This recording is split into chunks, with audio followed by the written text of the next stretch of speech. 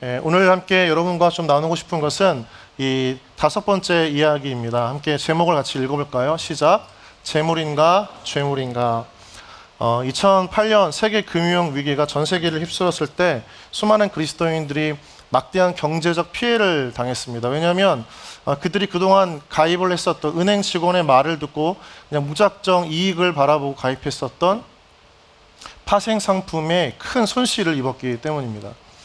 아마 여러분들은 파생 상품이라고 하면 정확하게 어떤 의미인지 그 내용이 무엇인지 구체적인 모르지만 아마 은행 직원의 말을 따라서 수익이 보장되어지는 것처럼 들렸을 것이고 많은 그리스도인들이 그런 줄 알고 가입을 했지만 원치 않았던 세계 금융 위기 때문에 엄청난 손실률을 기록하고 원금까지 까먹었었던 정말 치명적인 경제 손실이 있었던 시기가 바로 그때입니다.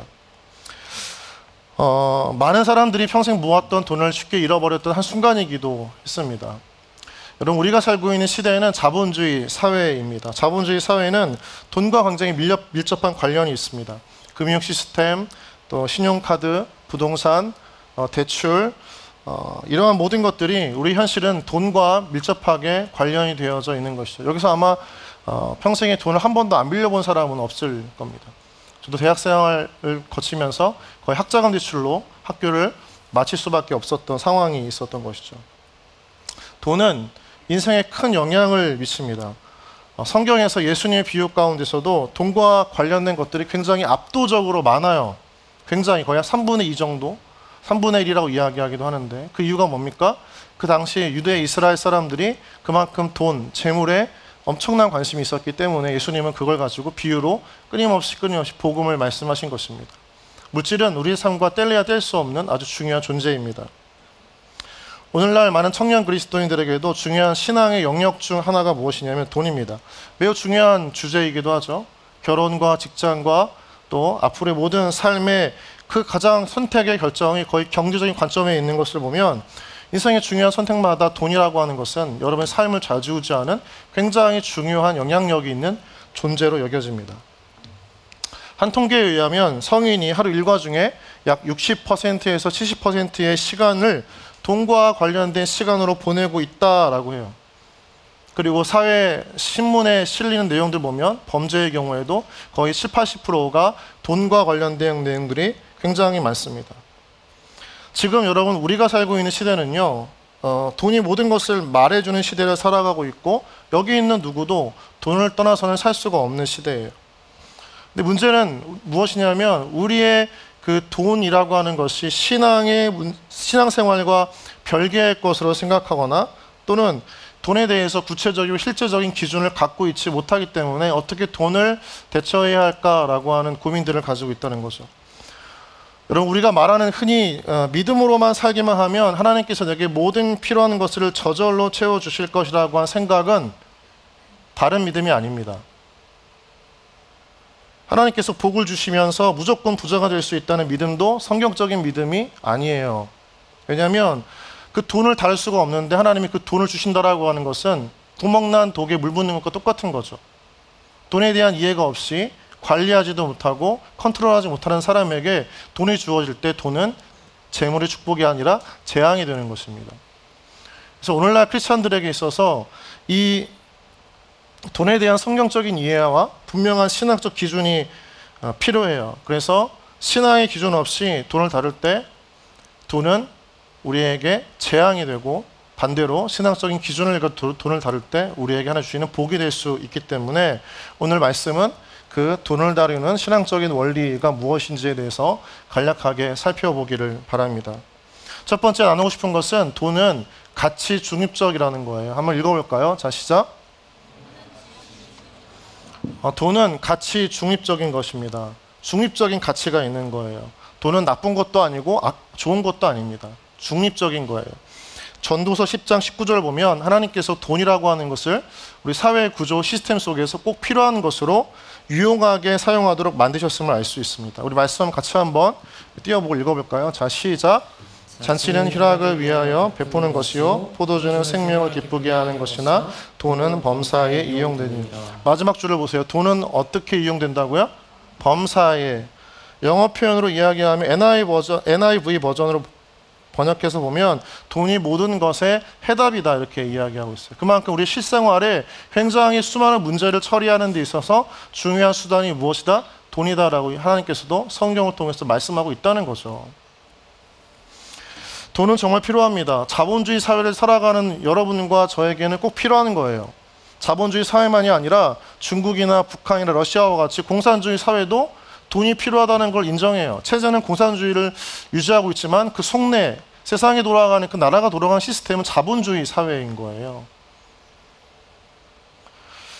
오늘날 돈은 현실에서 너무나 필요한 존재입니다. 성경도 오늘 그 전도서 말씀을 통해 뒷받침하고 있지 않습니까? 그런데 여러분, 문제는 뭐냐면 우리 그리스도인들의 입장에서 돈에 대해서 이야기할 때 굉장히 좀 뭔가 깨림직하고 꺼림직하고 부정적인 생각이 강하다는 거죠. 우리 안에 자유롭지 못하다는 겁니다. 왜냐하면 돈에 대한 성경이 부정적인 언급들을 너무나 많이 들었던 겁니다. 성경은 그러나 이 돈, 물질, 재물에 대해서 중립적으로 이야기를 하고 있어요. 먼저 긍정적인 측면에서 복으로서의 물질을 한번 다룰 텐데, 구약의 신명기 28장 3절 6절 말씀인데요. 같이 한번 보겠습니다. 성읍에서도 복을 받고 들에서도 복을 받을 것이며 내 몸의 자녀와 내 토지 소산과 내 짐승의 새끼와 소와 양의 새끼가 복을 받을 것이며 내 광주리와 떡 반죽 그릇이 복을 받을 것이며 내가 들어와도 복을 받고 나가도 복을 받을 것이니라. 아멘. 아멘입니까? 하나님께서 성경 속에 수많은 사람들에게 물질의 복을 주셨습니다. 아브라함, 이삭, 야곱, 요셉, 다윗, 솔로몬까지 이르러서 수많은 성경의 인물들에게 그 현실 속에서의 복들을 부어주셨죠. 우리가 지금 보는 이 신명기 본문만 해도 성읍에서도 복을 받고요, 들에서도 복을 받는다라고 하는 것은 우리의 일상의 삶, 거주지, 우리가 살아가는 그 일터의 삶 속에서 하나님께서 필요한 것들을 물질로 채워주시는 복이 있다라고 이야기를 하시는 거예요. 반대로 돈에 대한 부정적인 언급도 성경은 이야기하고 있습니다. 디모데전서 6장 9절 10절인데요. 여러분들이 좀 한번 읽었으면 좋겠습니다. 말씀을 보고 같이 읽겠습니다. 디모데전서 6장 9절 10절 띄워주세요. 없어요? 네, 그럼 제가 읽겠습니다. 부하려 하는 자들은 시험과 올무와 여러 가지 어리석고 해로운 욕심에 떨어지나니 곧 사람으로 파멸과 멸망에 빠지게 하는 것이라. 돈을 사랑함이 일만하게 뿌리가 되나니 이것을 탐내는 자들은 미혹을 받아 믿음에서 떠나 많은 근심으로써 자기를 찔렀도다. 이렇게 이야기를 하고 있습니다. 있잖아요, 10절. 네, 자, 보면 돈에 대해서 돈을 사랑하는 것이 일만하게 뿌려요. 굉장히 뭔가 돈을 대하는 것 자체가 두렵겠죠. 성경은 부정적인 이 재물에 대해서도 균형감 있게 다루고 있다는 것을 보게 됩니다. 하나님께서 우리 가운데 복으로 주신 물질이기도 하지만 반대로 어쩌면 그 물질이 우리 가운데 재앙이 될 수도 있다는 거예요. 그래서 부자가 되려고 하는 자들에게는 결국 말씀처럼 뭐냐? 파멸과 멸망에 빠질 수 있다라고 이야기를 하는 겁니다. 부자가 되고 싶어하는 것은 비그리스도인들만이 아니라 여러분들도 부자가 되고 싶지 않습니까? 부자가 되고 싶죠? 다들 아닌 척하고 있어. 다 부자가 되고 싶어합니다. 여기 있는 자리에 있는 모든 청년들 중에 복권 한번 안 긁어본 청년 있어요? 복권? 나는 한 번도 안 해봤다. 뭐 손 들려다가 막 이렇게 하고 있는데 복권 한 번도 안 긁어봤다. 아무도 없을 거예요, 아마.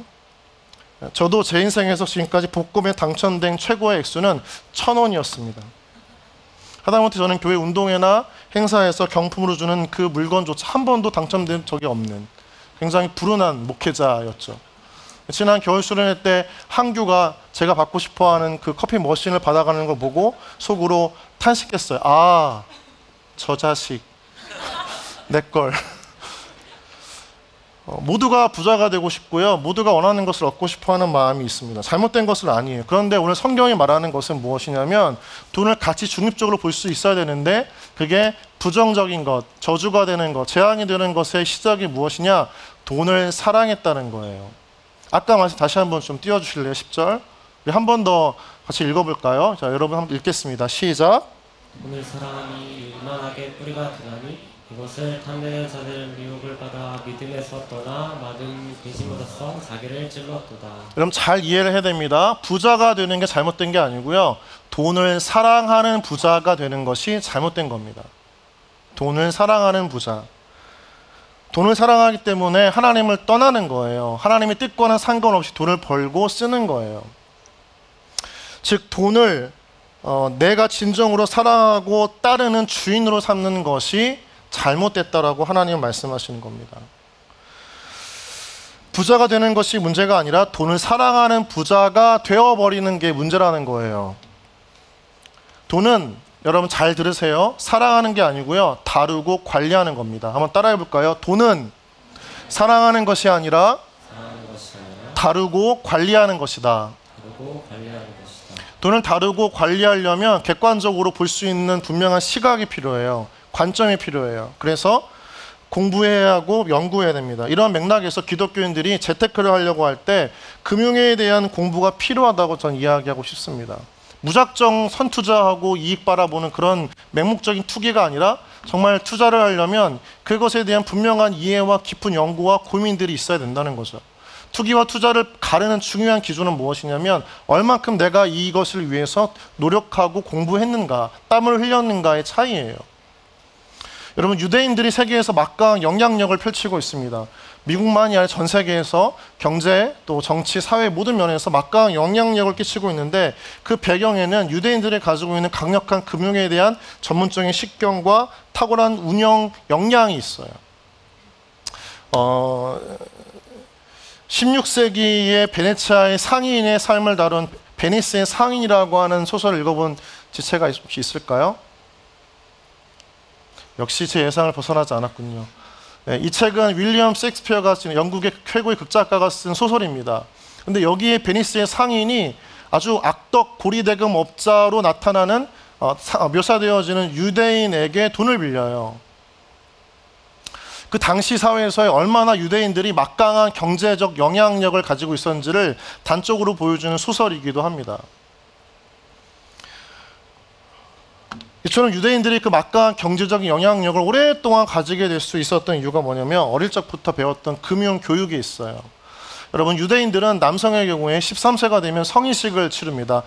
그 성인식은 바 미츠바라고 하는 단어로 표현되어지는데 이 성인식을 치러요. 그 인생에서 결혼식과 함께 있을 수 없는 가장 중요한 어떤 하나의 예식입니다. 이제 말씀을 따라 사는 아들이라고 하는 의미를 가지고 있는 성인식이죠. 이 성인식의 핵심은 종교적인 의무를 이제 스스로 감당하는 거예요. 말씀을 읽고 말씀을 통독하고 기도하는 시간, 헌금을 내는 것, 이제 모두가 다 주체적으로 성인이 된 그 남자아이가 해나가야 된다라고 하는 걸 기념하고 축하해 주는 자리입니다. 이 성인식을 축하해 주기 위해서 많은 손님들이 찾아오고 저마다 일정한 액수의 돈을 축하금으로 전해줘요. 오늘날 유대인들이 많이 살고 있는 뉴욕 지역에서는 직장인들이 이 축하를 하기 위해서 찾아와서 한 $200 정도 이렇게 축하금을 건넨다고 합니다. 모여지는 그 행사에 한 200명이라고 치면 얼마죠? 자, 얼마예요? 200명이 $200씩 내면 얼마예요? $40,000죠? 우리나라 돈으로 대충 환산하면 한 5천만 원이 됩니다. 그러면 그 돈은 누구의 돈이에요? 부모의 돈이 아니라 그 아이의 돈이 되는 거죠. 그래서 부모님은 그 행사를 치르고 난 돈을 다 빼고 나서 남은 돈을 그 아이의 이름으로 채권, 펀드, 또 주식이나 저축에 넣어놔요. 그래서 그것을 가지고 아이가 돈이 불려지는 과정을 보게 하고 교육시킵니다. 그리고 나서 그 아이가 대학교에 가서 대학을 졸업한 다음에 사회에 첫 발을 내디뎠을 때 그 돈은 거의 2배가 불어나 있는 막대한 거금이 되는 거죠. 그 돈으로 사업을 하거나 창업을 하거나 남들과는 조금 다른 그 사회 그 출발선에서 세상을 향해 나아가게 되는 겁니다. 그러한 이런 어릴 적부터 보았던 금융에 대한 전문적인 식견 때문에 여전히 많은 나라에서, 전 세계에서 유대인들은 막강한 경제적 영향력을 통해서 정치와 사회와 이 시대를 주무르고 있는 굉장한 리더십을 가지게 되고 있다고 하는 거죠. 여러분, 오늘날 많은 청년들이 주식, 선물, 옵션, 코인 등의 수익을 기대하고 쏟아부었습니다. 여러분 많이 있죠? 여기에도 손들라고는 못하겠지만 다 있잖아요. 쳐다보면 다 있는 거지, 그렇죠? 주식, 선물, 옵션, 코인, 뭐가 어떤 종목인지 모르고 그냥 막 투자하는 거예요. 일단 몇 배 뻥뻥 튀긴다고 하니까, 또 갑자기 또 바람이 불어 경제적 자유라고 하니까 정말 내 인생에 찾아올 것처럼 엄청난 돈을 쏟아부어요. 막대한 돈을 쏟아부어요. 대출에 쏟아부어. 안 되니까. 마이너스는 안 바뀌어. 계속 침침한 어두운 그 바닷속을 헤매고 있는 그 주식 계좌들 보면 여러분 얼마나 무지하게 투자를 했던지 알 수 있게 되죠. 여러분 그런데 경제적 자유라고 하는 것은 헛된 꿈입니다. 그건 있을 수가 없는 거예요. 여러분 중요한 건 무엇이냐면 많은 청년들이 하나님이 주신 돈이지만 그 돈에 대한 이해와 준비와 또 공부 없이 무작정 그 돈이 나에게 큰 수익으로 가져다 주기를 원했다라고 하는 거죠. 그게 뭐예요? 돈을 사랑하는 거예요. 돈을 내 마음대로 뭔가 보답되어지를 원했던 것이 바로 이러한 청년들의 오늘날의 아픈 현실이기도 합니다. 여러분 그래서 돈에 얽매이지 않기 위해서는 무엇보다도 먼저 돈을 바르게 관리할 수 있는 청지기적 사명이 회복되어야 될 줄 믿습니다. 청지기란 것이 무엇이냐면 돈을 내 것이 아니라 하나님이 나에게 맡겨주신 것으로 관리하는 사람이라고 하는 뜻이 청지기예요. 청지기는 냉정하게 보는 거예요. 내 것이 아니기 때문에.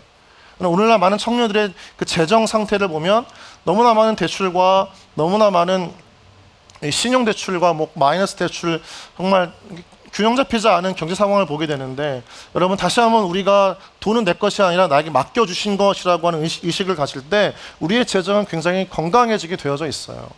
내 것이 아니기 때문에 함부로 못 쓰는 거죠. 함부로 투자를 못 하는 거죠. 안전하게 관리하려고 하고 균형 있게 그 자산을 불리려고 하게 되기 때문입니다. 여러분 그래서 여러분 가운데 좀 권면하고 싶은 것은 이러한 청지기 의식을 가지고 우리가 우리 주신 그 하나님의 돈을 관리하는 그 지혜와 역량들이 여러분 가운데 늘어나기를 주님의 이름으로 축원합니다. 마태복음 25장을 보면 달란트 비유가 나와요. 많은 사람들에게 하나님께서 맡겨주신 각각의 금액의 돈이 다르지만 중요한 것은 무엇이에요? 맡겨주셨다는 거죠. 돈은 내 것이 아니라고 말씀하시는 거예요. 돈의 주인은 네가 아니고 나이고 하나님이고, 하나님은 우리의 가운데 시간을 주셨듯이 돈을 우리의 가운데 맡기셨다는 거죠. 그리고 그런 돈을 내 것인 양 사랑하기보다 바르게 다루고 관리하기를 원하신다는 것입니다. 여러분 돈을 바르게 다루기 위해서, 하나님의 시각으로 다루기 위해서 다시 한번 이 금융이나 경제에 대한 바른 인식과 또 연구와 공부를 통해서 우리 가운데 주시는 그 물질을 아름답게 관리하고 다루는 여러분 되어지기를 주님의 이름으로 축원합니다. 이제부터 공부하셔야 돼요. 여러분 자본주의 사회에 살고 있잖아요. 자, 두 번째는 무엇이냐면 성경은 돈의 소유보다 방법과 과정의 정도를 강조한다는 겁니다. 한번 같이 읽어볼까요? 자, 시작. 돈의 소유보다 과정과 방법의 정도를 강조. 돈을 사랑하지 않되 돈을 관리하고 다루는 청지기가 가져야 할 첫 번째 원리는 하나님의 영광을 위해 돈을 번다는 거예요. 청지기적 의식으로 돈을 다룰 때, 벌려고 할 때 먼저 쓰기 전에 벌어야 되잖아요. 쓸 게 있어야 되잖아요. 벌려면 하나님의 영광을 위해 벌어야 된다는 거예요. 하나님의 영광을 위해서 번다는 것은 하나님의 뜻대로 돈을 번다는 것을 의미하고, 그 뜻이라는 것은 과정과 방법에서 정직한 정도의 길을 걸어간다는 걸 의미합니다. 그리스도인들에게 있어서 돈을 많이 버는 것보다 더욱 중요한 것은 하나님이 보실 때 합당한 방법과 과정을 통해서 돈을 버는가에 있어요. 그래서 여러분, 남들은 여러분한테 얼마가 있는지를 관심을 가지겠지만 하나님은 여러분이 얼마의 돈을 가지고 있는 게 관심이 아니라 어떻게 그 돈을 벌었는가에 관심을 가지고 계시는 거예요. 어떻게? 기독실업인, 그러니까 기독교인이면서 다양한 직종에 종사하는 많은 직장인들의 신앙 고백 중에 빼놓을 수 없는 것이 어떻게 버는가에 대한 간증들입니다. 어떻게 벌었는가. 그런데 하나님의 뜻대로 벌려면 많은 것들을 포기해야 해요.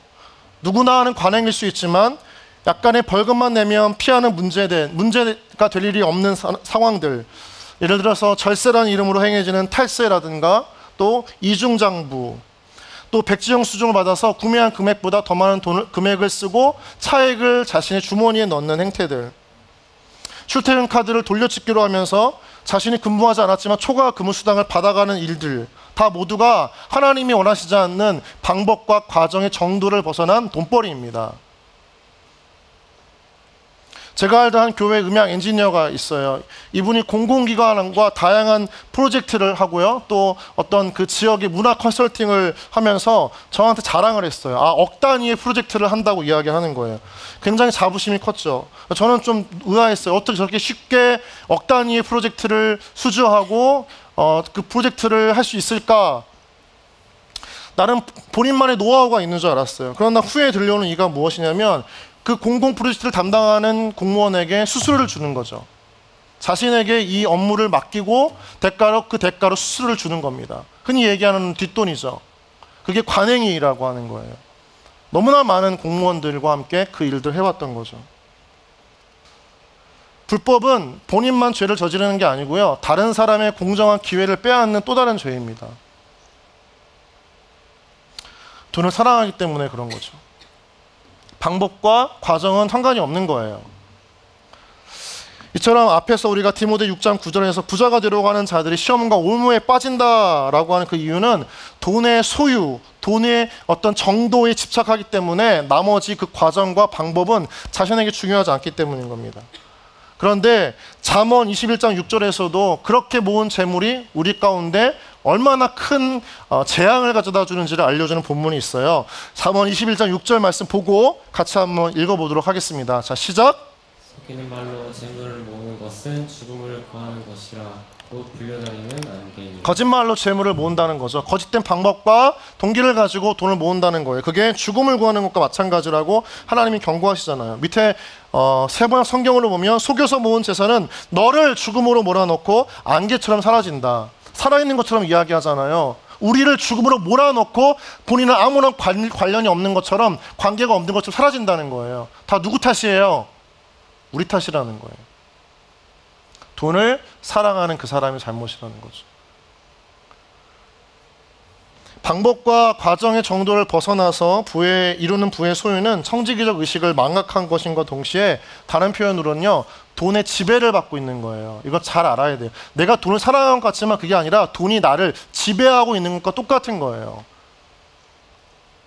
여호수아 7장을 보면 알 수 있어요. 여호수아 7장을 보면 여호수아와 이스라엘 백성들이 쉽게 이기겠다고 했던 그 아이성 전투에서 참패를 당하죠. 원인을 살펴보니까 여리고성 함락 당시에 하나님께서 하지 말라라고 했던 명령, 즉 물질을 탈취하는 일이 벌어졌던 거예요. 근데 그걸 숨겼습니다. 아간이었죠. 아간이 숨겼던 것은 외투 한 벌과 은 200세겔과 금덩어리 50세겔이었습니다. 당시 전쟁이 일어난 그 시대 속에서는 전쟁에 이긴 병사가 전투에 진 마을이나 사람들에게 획득하는 것은 아주 합법적이고 정당한 일이에요. 승리자가 취할 수 있는 기쁨이거든요. 근데 하나님은 그걸 금하셨단 말이에요. 당시의 관행이지만 하나님은 금하셨어요. 그런데 아간이 그 당시의 관행대로 살았어요. 관행대로 일했어요. 관행대로 그렇게 취했어요. 그리고 나서 땅을 판 뒤에 제일 깊숙한 곳에 넣고 다시 흙으로 메꿨더라고 합니다. 7장 21절 말씀 같이 읽어보겠습니다. 시작! 내가 노력한 물건 중에서 시날산의 아름다운 외투 한 벌과 은인 200세겔과 그 무게가 50세겔 되는 금덩이 하나를 보고 탐내어 가져갔나이다. 보소서 이제 그 물건들을 내 장막 가운데 땅속에 감추었는데 은은 그 밑에 있나이다 하더라. 땅 속에, 아무도 보지 못할 것 같았던 그 깊은 땅 속에 이런 아간의 모습을 보고 100주년 기념교회의 원로 목사님이었던 이재철 목사님은 그의 책 청년아 울더라도 뿌려야 한다 해서 이렇게 이야기를 하고 있습니다. 띄워주시겠어요? 그가 물질을 땅에 숨긴 땅속이란 실은 물질을 우상으로 섬기는 그의 마음을 나타내고 있다. 즉 그는 마음속 가장 깊은 곳에 물질이라는 우상을 아무도 몰래 숨기고 다녔던 것이다. 땅속에 숨긴 게 아니라 그의 마음 깊숙한 곳에 숨겨 놓았던 거죠. 우상으로 삼았다는 거예요. 60만 명의 사람들이 모여서 누가 이 원인이었는지를 따지게 됐습니다. 방법은 이스라엘의 관례대로 제비뽑기를 시작했어요. 12지파가 모였고 12지파에서 한 지파가 뽑혔습니다. 그 지파에 또 족장들이 나왔어요. 족장들 중에 또 한 명의 족장 선택되어졌고 족장에 속한 가장들이 선택되어졌습니다. 그 다음에 그 가장들에게 속해져 있던 가족 중 한 사람 아간이 뽑혀졌죠. 그런데 문제는 뭐예요? 자신의 마음속에 숨겨두었던 그 우상과 같은 재물로 인해서 그 순서가 오기까지 회개하고 고백할 수 있는 분명한 시간적 여유가 있었음에도 불구하고 끝까지 시치미를 떼고 있었다는 거예요. 나는 모르는 일이다. 너무 사랑했거든요. 그 이유가 뭘까요? 마음속 깊은 곳에 이 비인격적인 물질을 더 사랑했기에 하나님의 말씀, 하나님의 도전, 하나님의 깨우치심, 성령의 조명하심이 깃들 틈이 없었던 거예요. 아간이 돌에 맞아 죽은 그 골짜기 기억나세요? 이름이 뭐죠? 아굴 골짜기잖아요. 아굴의 뜻이 무엇입니까? 괴로움이에요. 괴로움의 골짜기. 거기서 맞아 죽다 끝났어요. 아간의 인생은. 물질을 추구하는 자의 그 끝이 얼마나 괴로운지를 보여주는 단적인 하나님의 메시지인 것입니다. 사랑하는 청년 여러분, 하나님은 우리의 돈의 액수와 소유의 정도로 인간의 가치를 평가하는 이 어두운 세상 속에서 오직 우리 그리스도인들이 물질을 얻는 방법과 과정의 정도를 통해서 한 줄기 빛되는 인생을 살기를 원하심을 믿으시기 바랍니다. 어두운 세상 속에 과정과 방법의 정도를 포기하지 않고 하나님의 뜻대로 벌고자 하는 여러분을 통해 하나님 이 세상을 밝히는 통로로 삼으시기를 원하신다는 거예요. 어둠의 통로, 불법을 통해서 부자가 된 사람들을 부끄럽게 하신다는 거예요. 하나님은 우리의 어떤 헌금의 액수가 아니라 사실은 그 헌금이 얼마나 진실되게 모였는지, 정직한 물질인지 더 관심을 가지고 계신다는 거예요. 우리가 지난날 직업 선택의 기준이 살아도 주를 위하여 살고 죽어도 주를 위하여 죽는 것이라고 이야기할 때 직업도 그와 같은 기준이어야 한다라고 했다면, 우리가 돈을 버는 이유도 주를 위하여 벌고 주를 위하여 버는, 살아도 주를 위하여 벌고 죽어도 주의 뜻대로 버는 것입니다. 바른 정도를 포기하지 않는 것이 그리스도인의 참다운 인생의 물질관이고, 그렇게 살아갈 때 하나님은 그 사람을 통해서 세상을 부끄럽게 하시는 통로로 삼으신다는 거예요. 거울이 되는 거예요. 여러분, 그래서 여러분 가운데 과정과 방법의 정도를 걸어가면서 돈 버는 것을 주저하지 않고 오히려 자랑스러워하는 여러분 되어지기를 주님의 이름으로 축원합니다. 자랑스러워하세요. 주눅들지 마세요. 돈이 없어서가 아니라 여러분이 하나님의 방법을 따라 돈을 벌고 있다면 자랑스러워하시고 기뻐하시고 자부심을 가지세요. 어디가 쫄지 마세요. 오히려 그런 과정 속에서 자신이 돈을 버는 정직한 방법과 통로를 통해 돈을 버는 역량을 키워나가세요. 불법이 아니라 효율을 추구하면서 유해한 물질을 사용하는 게 아니라 바른 가치관을 가지고, 말씀을 보다가 한 가지 서치를 하다가 보았는데, 20년간 신용평가, 리서치, 금융상품, 또 웨ல்스 매니지먼트를 담당했던 한국시티은행의 정보보안부 유소희 수석이라는 분이 이런 말을 했어요. 본인이 정말 많은 기업과 개인이 어떻게 빚을 지고 또 한편으로 부를 이루는지 보았는데, 관찰할 수 있었는데, 그 중에 특히 초고액 자산가들을 만났던 중에 알았던 한 가지 사실이 있대요. 그게 뭐냐면, 많은 분들이 자신의 성공이 아니라 다른 사람의 성장과 성공을 위해 제품을 개발하려고 노력했고 판매를 하다가 성공했고 부를 이뤘다는 거예요. 그러니까 깜짝 부자는 없는 거예요. 정말 다른 사람의 유익을 위해 자신이 몰두하고 연구하고 땀을 쏟아서 제품을 개발하고 판매하면서 큰 성공의 부를 이룬 사람들이 초고액 자산가 중에 너무나 많다는 거예요. 믿는지 안 믿는지는 모르겠지만, 하나님은 아는지 모르는지 모르겠지만 너무 성경적인 원리죠. 이웃을 잘되게 하는, 섬기게 하고 사랑하는 방법으로 뭔가 비즈니스를 이루어갔더니 하나님께서 거기 큰 부를 주셨다는 거죠. 이런 원리가 오늘날 여전히 우리 현실 속에서도 통하고 있다는 거예요. 여러분, 그래서 불법과 정도를 벗어난 방법으로 돈을 버는 것에 여러분 현혹되지 말고 역량을 바르게 키워나가 여러분 되어지기를 주님의 이름으로 축원합니다. 하나님께서 여러분에게 지혜와 역량을 주시고요, 기름 부어 주셔서 하나님께서 여러분을 통해 세상을 환하게 밝혀 비추는 통로로, 빛으로 여러분 삼으실 것을 다시 한번 주님의 이름으로 축원합니다. 우리 옆에 사람에게 좀 고백하고 축복하죠. 당신은 세상을 비추는 빛이 될 것입니다. 정직하게 보십시오. 자, 마지막입니다. 마지막은 무엇이냐면, 버는 것이었다면 이제 뭐가 남았어요? 써야 되죠. 너무 행복하죠. 쓰는 것만 생각해도. 와. 자, 세 번째는 이제 은혜의 소비. 따라해볼까요? 시작. 은혜의 소비. 이에 대해서 먼저 좀 나누고 싶은 것은, 좀 여러분이 누군가는 좀 불편할 수도 있지만 헌금에 대한 겁니다. 헌금. 자, 역대상 29장 14절 말씀을 같이 한번 읽어볼까요? 자, 시작. 나와 내 백성이 무엇이기에 이처럼 즐거운 마음으로 드릴 일이 있었나이까. 모든 것이 주께로 말미암았사오니 우리가 제 손에서 받은 것으로 주께 드렸을 뿐이니이다. 다윗이 한 고백입니다. 당시 왕이었을 때 한 고백이에요. 이 고백은 하나님께 헌금을 드리는 우리의 마음을 고백하고 대변하는 말이죠. 그래서 모든 물질도 누가 주신 거예요? 하나님께서 우리 가운데 주셨다라고 하는 하나님 주권에 대한 고백을 담고 있는 다윗 왕의 고백입니다.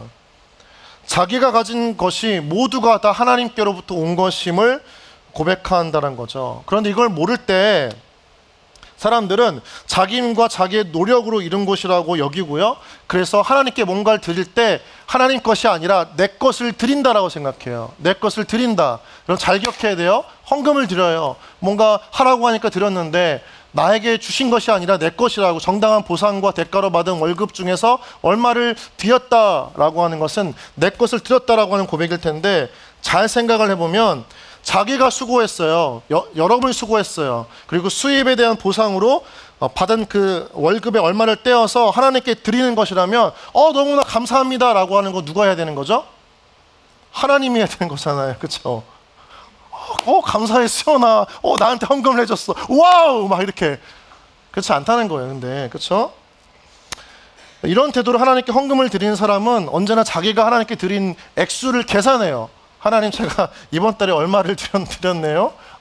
좀 몇 퍼센트 채운 것 같아요. 이제 몇 퍼센트 남았죠, 하나님? 이제 이것만 드리면 됐죠? 이렇게 생각하는 거죠. 계산해요, 계산. 이 사람에게는 헌금은 기쁨이 아니에요. 의무예요. 책임이에요. 드리는 게 너무 괴로워요. 그러면 나중에 하나님께 내가 드린 것이 얼마나 많은지, 그리고 상대적으로 내가 드렸으니까 하나님이 나한테 또 주셔야 되니까 주시지 않으면 마음이 어려워요. 이게 여러분이 가지고 있는 신앙생활 중에 한 모습일 수 있어요.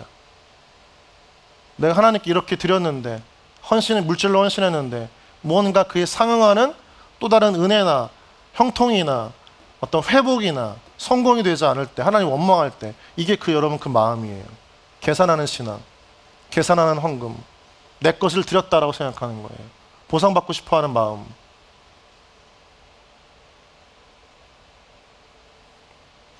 그때부터 하나님과의 우리의 관계는요, 우리를 구원하신 분과 구원받은 우리의 관계가 아니라 마치 판매자와 구매자의 관계가 되어버리는 거예요. give and take가 되는 거죠. 근데 여러분 잘 기억해야 될 게, 우리가 주님을 알지 못하다가 알게 되었을 때, 복음을 머리로만 알고 있다가 가슴으로 알게 되었을 때, 그리고 성령으로 말미암아 내가 구원받았다라고 하는 것을 알게 되었을 때, 우리도 모르게 고백되어지는 고백이 무엇이냐면, 내 생명, 내 재산, 내 건강, 내 소유를 다 하나님이 주셨구나 라고 하는 은혜의 고백을 나도 모르게 할 때가 있단 말이에요. 우리도 모르게. 하나님의 은혜로 구원을 얻은 성도는 어떤 삶을 살아가냐면 하나님의 주권을 인정하는 거예요. 모든 삶 속에서. 그래서 여러분, 내가 구원받았다라고 하는 믿음을 가진 청년 그리스도인이라면 그 믿음의 고백이 내 건강, 일터, 그리고 또 우리가 오늘 보는 이 재정과 돈에 대해서도 내 것을 주장하지가 않는 거예요. 내가 할 수 없는 구원을 하나님이 주셨기 때문인 거죠. 내가 자격과 어떤 노력과 그 보상에 대한 구원이 아니고요, 값없이 하나님께 주신 선물과 같은 은혜이기 때문에 내 삶의 모든 영역에서 내 것이 없는 거예요. 하나님의 것이라고 고백할 수밖에 없는 거죠. 그게 은혜의 원리입니다.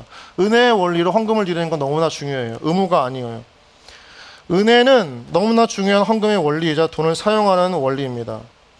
우리는 이 은혜 때문에 우리의 모든 소유, 물질, 돈으로부터 자유롭지 못한 이 물질 만능주의 세상에서 자유로울 수 있어요. 은혜 때문이에요. 그럼 어떻게 은혜로 하여금 우리가 은혜로 인해서 돈 때문에 넘어지지 않도록 붙들어 주신 그 기준이 될까 생각을 해보면, 은혜는 하나님께 주신 우리 가운데 주신 영적 기쁨이기 때문이에요.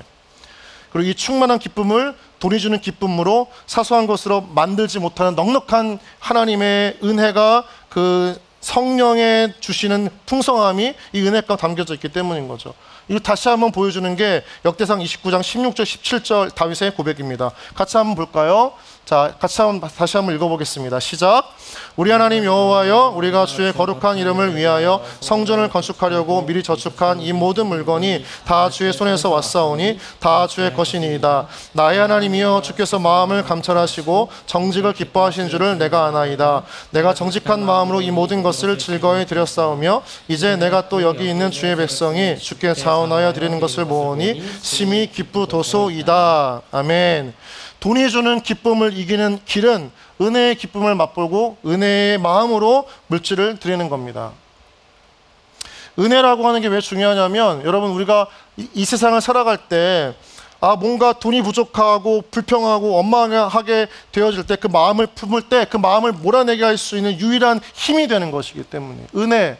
내가 하나님께 구원받았구나. 하나님이 나를 붙드시는구나. 하나님이 나를 붙들어 주시고 인도하시는구나. 내가 이제 은혜의 삶 가운데 있구나.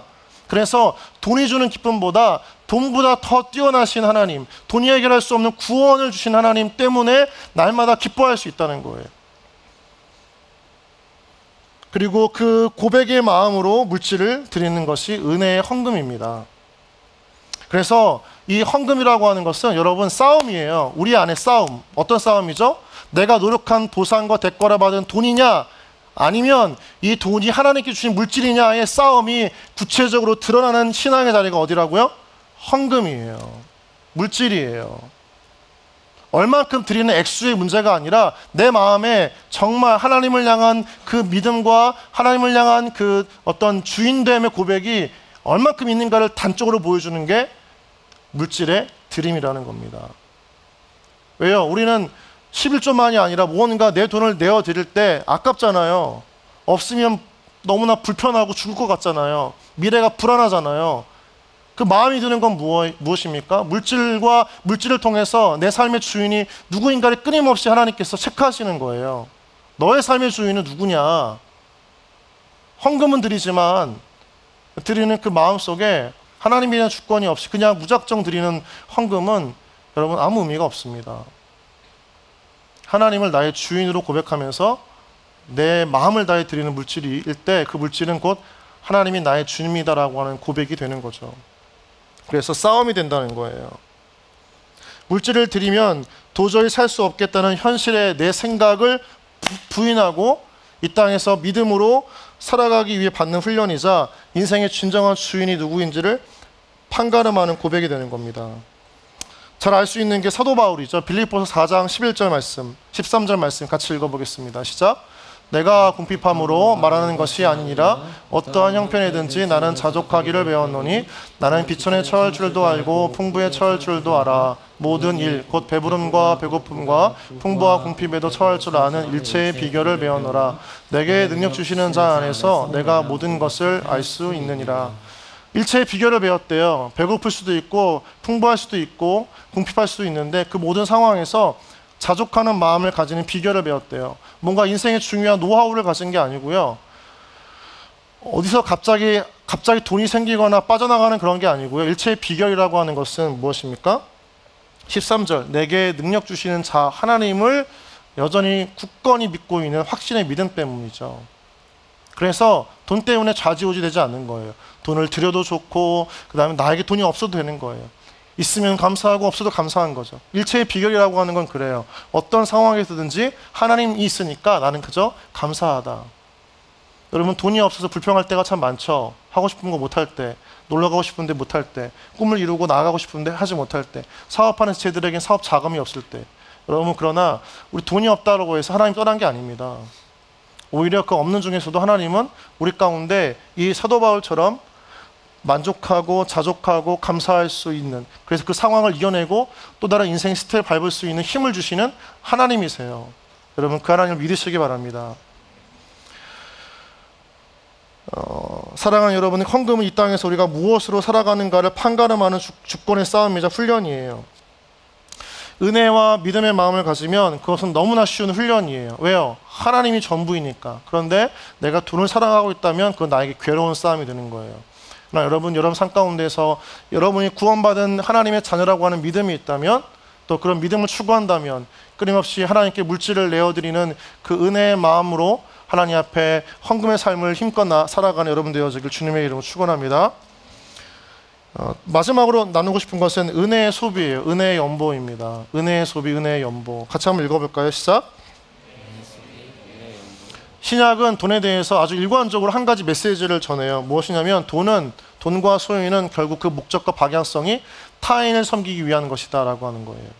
바울이 그랬고 야고보가 말했고 누가도 이야기했습니다. 대표적으로 고린도후서 9장 13절 말씀 같이 한번 읽어보겠습니다. 시작. 이 직무로 증거를 삼아 너희가 그리스도의 복음을 진실히 믿고 복종하는 것과 그들과 모든 사람을 섬기는 너희의 후한 연보로 말미암아 하나님께 영광을 돌리고. 저는 이 은혜를 입었어요. 제가 미국 텍사스에 있는 CFNI라고 하는 그 예배 인도를 하는 유명한 학교가 있습니다. 가르치는 학교죠. 천당 인도에 대한 목마름이 있었고 배우고 싶었습니다.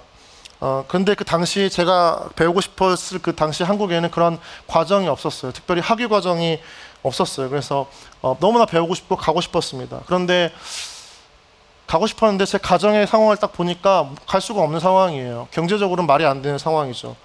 꿈도 꿀 수 없는 상황이었습니다. 그런데 참 신기한 건 하나님께 제 마음 가운데 끊임없는 확신을 주셨어요. 그리고 기도가 끊어지지 않게 하셨습니다. 준비하면서 입학 허가서 I-20이라고 하는데 입학 허가서가 나오고 또 유학생 비자까지 다 끝났어요.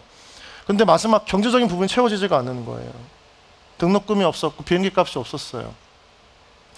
이 사정을 알았던 어머니가 어렵게 돈을 모아가지고 한 학기 등록금을 대주셨습니다.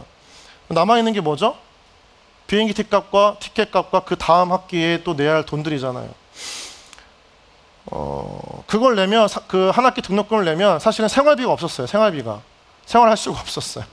등록금과 기숙사비를 내면 가서 먹고 자고 뭔가 쓰고 해야 되는데 할 수가 없었어요. 마지막으로 또 비행기 티켓을 끊어야 하는데 돈이 없으니까 아무것도 할 수 없고 결국 이곳저곳 기도 부탁을 하고 후원을 요청했습니다.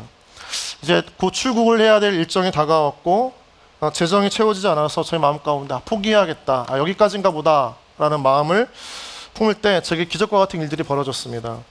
청년부의 한 형제가 저의 비행기 편도값을 끊어줬어요. 적은 돈이 아닙니다. 빌려준 게 아니고요. 그냥 줬어요. 왜 안 놀라지? 돈이 많아요, 여러분? 아무것도 아니야? 교회 한 권사님은요, 1년 동안 저한테 매달 20만 원씩 후원해 주셨습니다. 저랑 친분이 없는 권사님이세요. 또 교회에서도 저는 그냥 개인적으로 공부하러 간 건데 협력 선교사라는 이름으로 매월 10만 원을 들어올 때까지 후원해 주셨어요. 제가 정말 깜짝 놀랐던 건 뭐냐면요.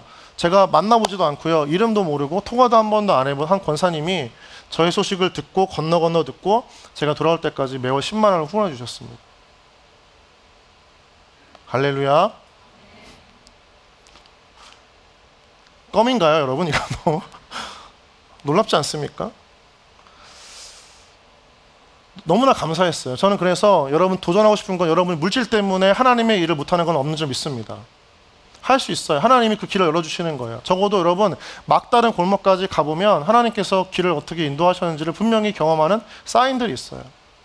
청년부에도 유학을 준비하고 사업이나 창업을 준비 지체들이 있다면 물질 때문에 포기하지 마세요. 끝까지 기도하고 엎드리고 구하세요. 도움을 요청하고 후원을 요청하세요. 부끄럽습니까? 아니, 부끄럽지 않아요. 하나님이 일을 하는 거잖아요. 그렇죠? 하나님이 공부하는 것이고 하나님 위해 사업을 하는 건 부끄러운 게 아니에요. 도움을 요청할 수가 있는 거예요. 여러분 그렇게 믿음으로 그 길을 열어가면서 하나님께서 여러분의 길을 이끌어 가시는 것을 경험하는 여러분 되어지길 주님의 이름으로 축복합니다. 한 형제는 지금 제가 책을 많이 보니까 매달 청년부의 한 형제가 10만 원씩 도서비로 후원해주고 있어요. 너무 감사하고 너무 은혜죠. 그 물질들이 무엇이에요? 동정이에요? 아니면 그 물질을 후원하면서 그 형제가 그 권사님들이 스스로의 그 어떤 자기 대리만족입니까? 아니에요. 물질을 흘려보내는 거예요. 내 것이 아니기 때문에 누군가에게 필요가 있을 때, 또 내가 줄 수 있을 때, 주고자 하는 마음이 들 때 흘려보내는 거예요. 그래서 우리는 보통 이것을 기부나 자선이라고 이야기하지 않습니다. 플로잉이라고 얘기해요. 플로잉. 흘려보내는 거예요. 돈이 내 것이 아니라는 것을 알기 때문인 거죠. 물질은 그렇게 쓰는 겁니다. 오늘날 우리 사회는 여러분 스스로를 위해 소비하라고 해요. 마음껏 소비해. 너를 위해 여행도 가. 너가 사고 싶은 거 다 사. 언제 그걸 누려볼 수 있겠어? 오늘날의 가치의 기준은 결국 자기 자신이에요. 내 만족을 위해 소비하는 것을 가장 옳은 가치라고 여겨지게 만들어요. 미디어가 만들고 모든 세상의 가치관, 세계관이 그래요. 그러나 하나님 나라의 가치관은 다른 사람을 위해 소비하는 거예요. 흘려보내는 거예요.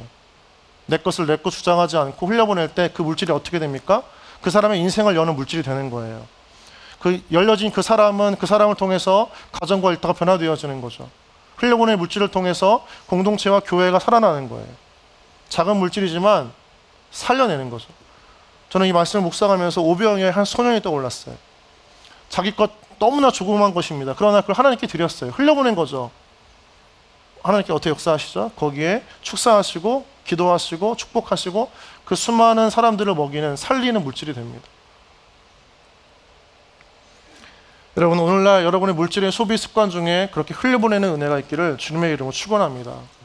여러분을 위해 소비하지 않고 여러분의 가치를 막 증명하고자 무언가 행복한 삶을 보이고자 여행을 다니는 데 쓰는 게 아니라 오히려 굶어도 그 돈을 모아서 선교지에 보내고 다른 사람들을 살리는 통로로 쓰임 받았으면 참 좋겠다 생각이 들어요. 대구에 있는 동신교회에 있습니다. 이번 7월 20일부터 22일까지 코너스톤 사역으로 우리 교회에 오는 한 교회인데 대구에 있는 아주 큰 교회예요. 거기에는 청년들의 모토가 뭔지 아세요? 덜 먹고 덜 쓰자예요. 왜요? 다 선교를 보내거든요. 청년들이. 거기는 셀 모임마다 자기들이 맡고 있는 선교사님이 있어요. 그걸 위해서 금식하고 한 끼를 금식하고 몇 끼를 금식하고 돈을 모아서 선교사들을 후원해요. 여러분, 도전받아야 돼요. 영적으로 우리가 그렇게 살 수 있는데 못 살고 있다는 것에 도전받아야 돼요. 아까 우리가 보았던 말씀 마지막 줄, 너희의 후한 연보로 말미암아 하나님께 영광을 돌리고, 흘려보내지만 그게 하나님의 영광이 된다는 거예요. 여러분, 말씀을 마치겠습니다. 사랑하는 청년 여러분, 초대교회 예배를 보면요, 초대교회 예배에서 성찬이 너무나 많이 자주 이루어졌어요. 예배의 주된 핵심이 성찬이었습니다. 그런데 성찬, 즉 주님의 피와 살을 기념하는 그 포도주와 빵을 떼는 음식들, 마시는 음식들 있잖아요. 그 음식이 남아요. 여러분, 보통 우리가 잔치를 열고 음식을 남으면 누가 가져갑니까? 일한 사람들이 가져가죠.